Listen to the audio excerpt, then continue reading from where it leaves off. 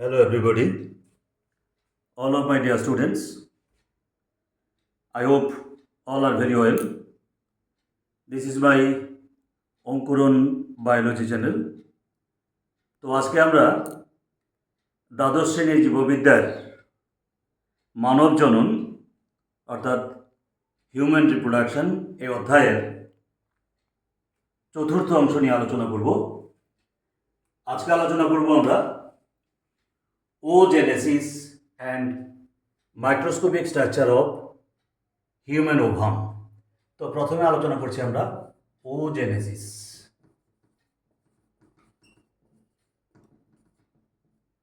oogenesis mean ডিম্বাণু উৎপাদন। তো oogenesis কাকে বলে যদি বলি, যে প্রক্রিয়ায় ডিম্বাশয়ের ডিম্বাণু মাতৃকোষ থেকে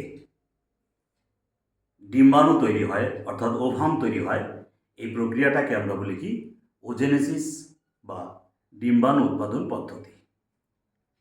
তো একটা জিনিস পরিষ্কার সংজ্ঞা থেকে বুঝতে পারছি যে যদি বলা হয় oogenesis কোথায় ঘটে, স্ত্রীদেহের ডিম্বাশয়ের মধ্যে এই oogenesis প্রক্রিয়াটা ঘটে অর্থাৎ ওভাম তৈরির প্রক্রিয়াটা ঘটে।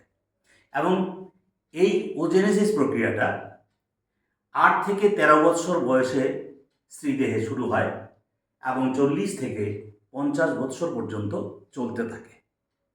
এক্ষেত্রে বলে রাখা ভালো যে গর্ভাবস্থায় বা স্তন্যদায়ী অবস্থায় যখন শিশুরা স্তনদুগ্ধ পান করে, এই পিরিয়ডে ডিম্বাণু উৎপাদনটা বন্ধ থাকে। তো এই শুক্রাণু উৎপাদন পদ্ধতিটা কীভাবে ঘটে আমরা ধাপের মাধ্যমে ছকের আকারে আমরা বুঝি। যে প্রথমত কি হয়, ওগোনিয়াম বা স্টেম সেলটা মাইটোসিস প্রক্রিয়ায় বিভাজিত হয়ে ডটার ওগোনিয়াম তৈরি করে এবং এই ডটার ওগোনিয়ামটা ডিপ্লয়েড থাকে, সেটা বৃদ্ধি পেয়ে প্রাইমারি ওসাইট তৈরি করে। এই প্রাইমারি ওসাইট মিউসিস 1 অর্থাৎ প্রথম মিউসিস বিভাজনের মাধ্যমে ফার্স্ট পোলার বডি এবং সেকেন্ডারি ওসাইট তৈরি করে। সেই সেকেন্ডারি ওসাইট থেকে দ্বিতীয় মিউসিস বিভাজন অর্থাৎ মিউসিস 2 প্রক্রিয়ার মাধ্যমে সেকেন্ড পোলার বডি এবং ওভাম তৈরি হয়। এইভাবে ওগোনিয়াম থেকে ধাপে ধাপে ওভাম তৈরির যে প্রক্রিয়াটা, সেটাকে আমরা মেকানিজম অফ oogenesis অর্থাৎ oogenesis পদ্ধতি বলি। এবার দ্বিতীয় পোর্শনটা যেটা ছিল আমার, যে microscopic structures of human ovum. এখানে চিত্রের মধ্যে একটা মানুষের ডিম্বাণুর আণুবীক্ষণিক গঠন অর্থাৎ microscopic structure of human ovum, তার একটা চিত্র আমরা এখানে দিয়েছি। এই চিত্র থেকে আমি আলোচনা করছি যে ডিম্বাণুটা আকৃতিতে গোলাকার বা বর্তুলাকার হয়। এই গোলাকার ডিম্বাণু দেখলাম আমরা এখানে, এবং যার বাইরের দিকে যে আবরণটা থাকে যেটাকে আমরা বলি কি ভাইটেলাইন পর্দা। এই ভাইটেলাইন পর্দার বাইরে যে আবরণীটা থাকে তাকে আমরা বলি কি জোনা পেলোসিডা। এই জোনা পেলোসিডা এবং ভাইটেলাইন পর্দার মাঝখানে যে স্থানটা থাকে যেটাকে বলা হয় পেরিভাইটেলান স্পেস। আর এই ডিম্বাণুর মাঝখানে যে সাইটোপ্লাজম থাকে, এই সাইটোপ্লাজম এটাকে এক কথায় আমরা বলি কি ওপ্লাজম।